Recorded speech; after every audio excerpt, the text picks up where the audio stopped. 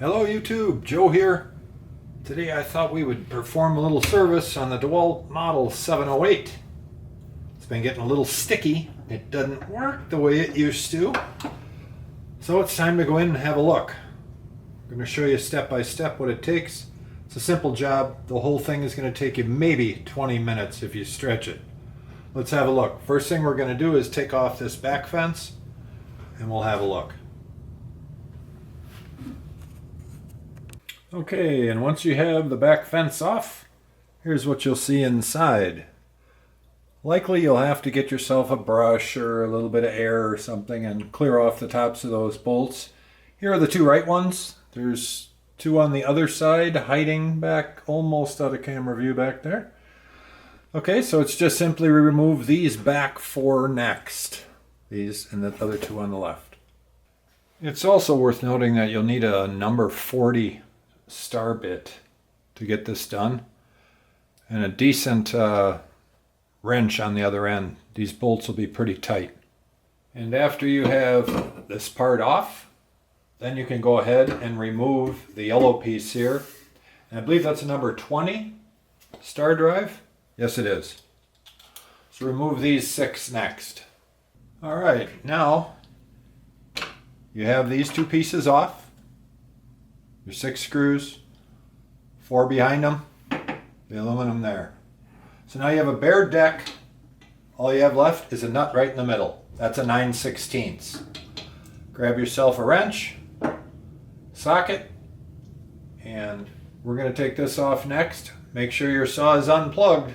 You will need a little extension for your 9/16 to get in there all the way. Once you have that nut off, it's a lock nut. Grab yourself a little magnet, get the little washers that are off the top of there. Now, I don't know if this one came with 2, but it's got 2 on it now. Yours may differ. But set those aside. So make sure that you have nothing left holding it on. And next we're going to actually lift the unit directly off of here and set it on its side. I would suggest first locking everything before you do that.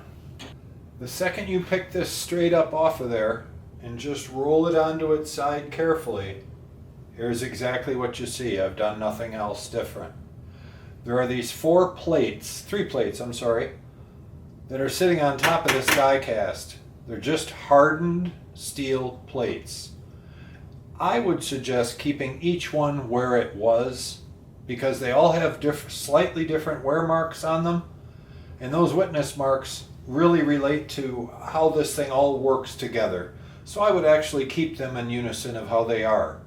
Nonetheless, those need to be all cleaned up really good, and the grease that goes around this ring here has to all be cleaned up. Even the stuff around the center, clean all that old grease off. And there's a track I'm going to show you on an up-close picture here next that I'd like you to pay attention to. This track that goes around the ring, you can see spots here have sawdust in, and you see black and sawdust and black. That should all be cleaned out, whether it's the tip of anything, to clean all that goo out all the way around.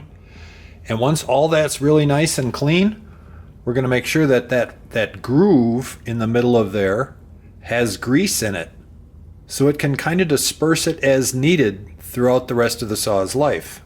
So make sure that's nice and clean in there, and we'll get back to it. As a side note, when you take these off, be careful. The burr on here is incredibly sharp, very sharp. So these need to be cleaned on both sides.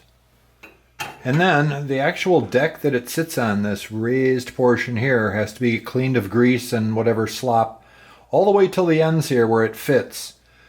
These decks have to fit perfect on top of there for that thing to work and ride true. So we got to make sure all the grease and all the dirt is out of this track that this is going to sit on, and both sides are clean.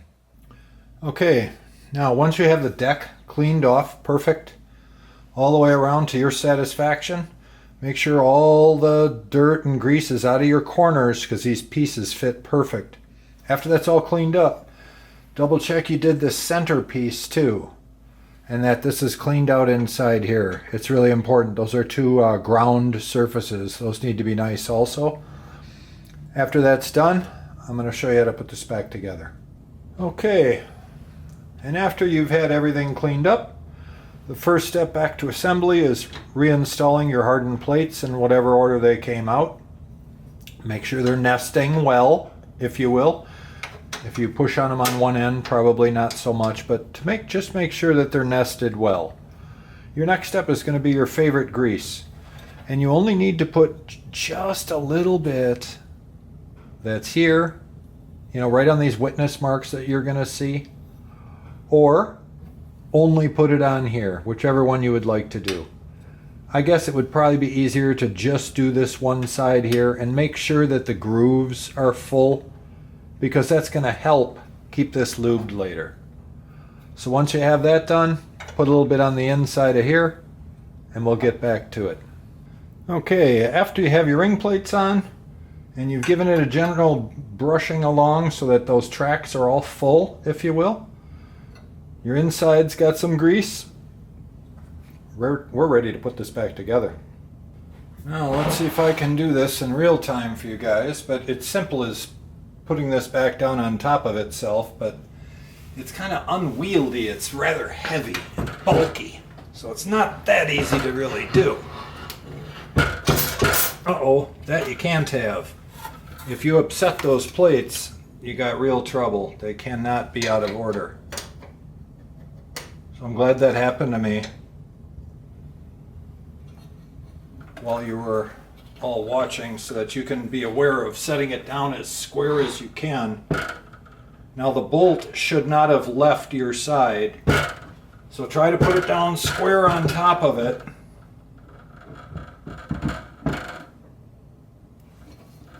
And you should have ignition. No, I'm not down all the way. She's still sitting up in the air. There we go. Now she's down. Alright, next you're going to want to put your center washers in, and then your nut. And I will be back. Before you put the washers on, throw a little grease in between them. It'll only help you out. Drop those babies down on there. Put your nut in. Pardon moi. And you should be ready to go. Get the ratchet, tighten her down, and as you tighten down, make sure that your saw is pushed down tight on the latch here while you're tightening that nut, okay? As you get the nut just started on one thread, you'll notice it's probably starting to spin down below. No worries. Grab a hold of the nut that's on one thread, or I got it just barely on, all on its own, and grab one of these pieces from the saw, slide it underneath. While you pick up on the bolt, it'll index into a spot where you can tighten itself. And then leave the yellow piece in place underneath that bolt. And as you tighten it, you should be able to easily keep it up into its index point so you can tighten it. Let's see if that's true in real time. It appears to be. Now don't tighten this. You want to be careful not to tighten this. You're only going to gently snug this is all you want to do. And again, make sure that you're indexed so that you don't bend the heck out of that as this thing tightens down. It's already too tight. You don't want any slop in it, but you want it to index really nice for you, and boy does it ever. It's like new once again. It's better than I did it the first time because I cleaned out the channel better and did the center better this time.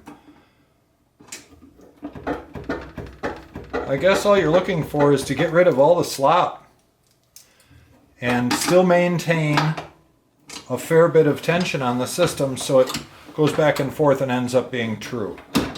That seems really nice to me. It operates very well. Next, you're going to take these and put these on. And there is a left and a right, so pay attention to what goes where. I don't think I'm right on that. They are ambidextrous. so it's not a big deal. Once you pop these in, do not over tighten these.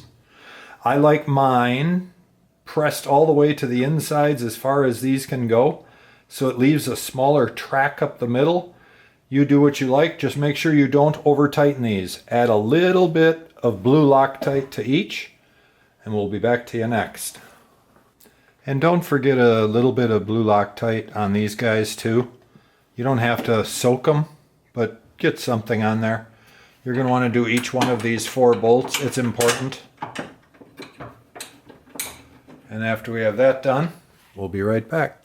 Well, YouTube, bad news for me, good news for you. As I was reassembling everything, and you saw we had the yellow pieces were all in, I had to take the yellow pieces back out because I had noticed we had a little bit of slop up and down in this carriage here. You can't have that, because that won't be associative of this side then. It's not flexing, just this part is. So when you're done tightening this, don't forget to check that like I just did. And I'm so glad it happened to me on the video. That way I can keep it from happening to you. Alright, we'll go back to tightening the yellow pieces in. As a side note, I really should mention, I would only run these screws real gently and by hand because they are into die-cast aluminum. You know, die-cast is pretty cheesy, and I would assume these castings came from offshore, which makes it even shadier. Nonetheless, when you've run these screws in, which mine aren't all the way yet, put your screws in most of the way till they're almost tight, and then move this piece back in unison and gently snug them down so that it's all one way and not cocked. And that way you'll have a really good chance of getting back to exactly squared, neutral, 0 without having to adjust this plate. So I will do that next. And lastly, hold rearward force while you do the final snugging. Keep some backward force on this fence so it doesn't creep around on you. Okay? The next step after that's done is to put these back in and tighten them down. We'll have a look at that next. Okay, our saw's back to normal. Everything's been repaired. We are good to go. Operates nice and smooth again. The last thing you have to really do is check to see that your fence is still 90, that you're still good to go. Get yourself a piece of wood in there, cut it, get yourself a square. See that that's copacetic with the bias. If it isn't, loosen up these 4. You have the adjuster in the back of your saw that is slid into that rear tubular rail, or should still be. That's how you loosen those babies up. Just unsnug them a hair, and then you tighten them down, you know, after you know exactly where you want to be. Don't loosen everything up wildly. You want it to just barely move. Otherwise, as you're tightening all those down, this will move again. You guys take care. Let me know what you think.